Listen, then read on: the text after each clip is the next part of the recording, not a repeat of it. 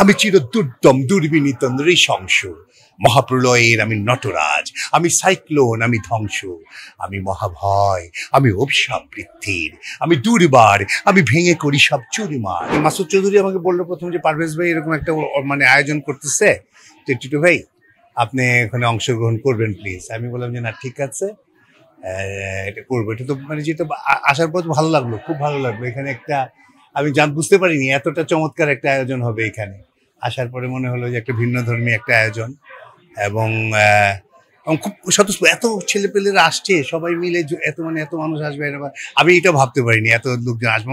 স্বতঃস্ফূর্ত সবার অংশগ্রহণ, প্রত্যেকেই মানে জানতে চাচ্ছে। আসলে কি আমার কথা হচ্ছে যে মানুষজন কিন্তু জানে, প্রচুর ইয়াং জেনারেশন কিন্তু জানে, অনেক কিছুই জানে তারা, শুধুমাত্র তারপর ওই যে জানার যে আগ্রহ, এটা কিন্তু তাদের উপস্থিতি বলে দেয় আসলে তারা অনেক সচেতন আমাদের চেয়ে।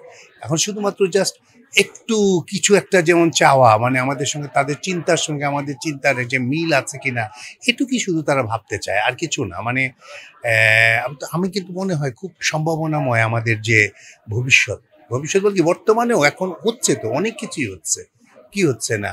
আপনি ধরেন এই যে সোশ্যাল মিডিয়া বলেন, তারপরে সামাজিক অনেক অপরচুনিটিস তৈরি হয়েছে এখন মানুষের ইয়েতে। এই আলোচনার মাধ্যমে যেটা হয়েছে যে এই ইন্টারাকশন আমি নিজে কি বুঝতে পেরেছি, মনে হলো যে আমি নিজেই অনেক চিন্তা, আমার মনে হলো যে এটা এইভাবে না করে এইভাবে করলে ভালো হবে। আমার নিজের বোধকেও কিন্তু আমি মনে হয়েছে আমার বোধের সঙ্গে একটা শানিত একটা রূপ আমি পেয়েছি, এই জন্য আমার ভালো লেগেছে খুব এখানে এসে।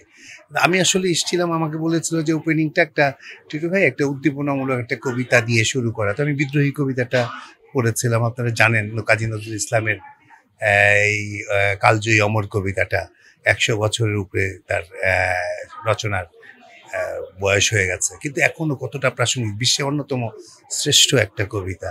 তো পড়েছি আমি ওরকম, আমি জানি না মাইক্রোফোনে কেমন লেগেছে, এখানে তো ওই ওয়েল সেট আপ ছিল না কবিতা পড়ার মতো, কিন্তু দেখলাম যে সবাই ইন্সপায়ার্ড হয়েছে। ইন্সপায়ার্ড কবিতাই তো এটা না, এটা উদ্দীপনা। মানুষ বিদ্রোহী কবিতাটা শুনলে নিজেদেরকে মানুষ তৈরি করতে ইচ্ছে করে, হ্যাঁ, সবসময় মনে হয় ইয়াং না, সমস্ত বয়সের লোকজন, প্রত্যেক ছেলে মেয়ে সবারই এক ধরনের এই জায়গা তো দরকারও, জায়গা দরকার। বিদ্রোহী কবিতাটা প্রত্যেকের এটা আমার মনে হয় চর্চার মধ্যে আসা দরকার, সবার মুখস্থ পারলে করে ফেলা উচিত। তাহলে কি আমাদের জেনারেশন এই কবিতার মাধ্যমে নিজেদেরকে একটা, আসলে তো অনেক বড় শক্তি আমাদের, আমরা ইয়াং জেনারেশন, আমরা মানুষ তো আসলে অনেক শক্তি ধারণ করি না, যে বলো বীর বলো উন্নতম শির, শির নিহারি আমারি নত শির ওই শিখর হিমাদ্রির, বলো বীর বলো মহাবিশ্বের মহাকাশ ফাড়ি, চন্দ্র সূর্য গ্রহ তারা ছাড়ি, ভুলোক দুলোক গোলোক ভেদিয়া, খোদার আসন আরশ ছেদিয়া, উঠিয়াছি চির বিস্ময় আমি বিশ্ববিধাত্রী।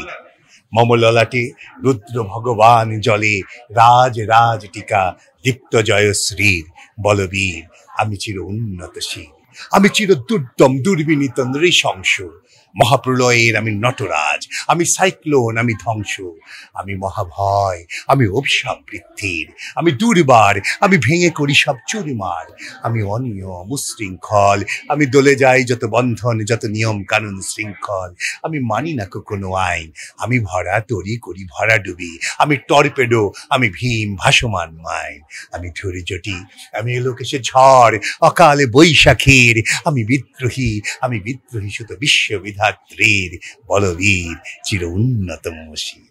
মানে এই যে কবিতার প্রতিটা লাইন, প্রতিটা পংক্তি কতটা স্পিড দেয়। তারপর একটা কবি কথায় নজরুলের এটা বলেছিলাম যে, মানে আমি বলি শোনো মানুষ, পূর্ণ হওয়ার সাধনা করো, দেখিবে তাহারি প্রতাপে বিশ্ব কাঁপিতেছে থর থর, ইহা আল্লাহর বাণী যে মানুষ যাহা চায় তাহা পায়, এই মানুষের হাত পা চক্ষু আল্লাহর হয়ে যায়।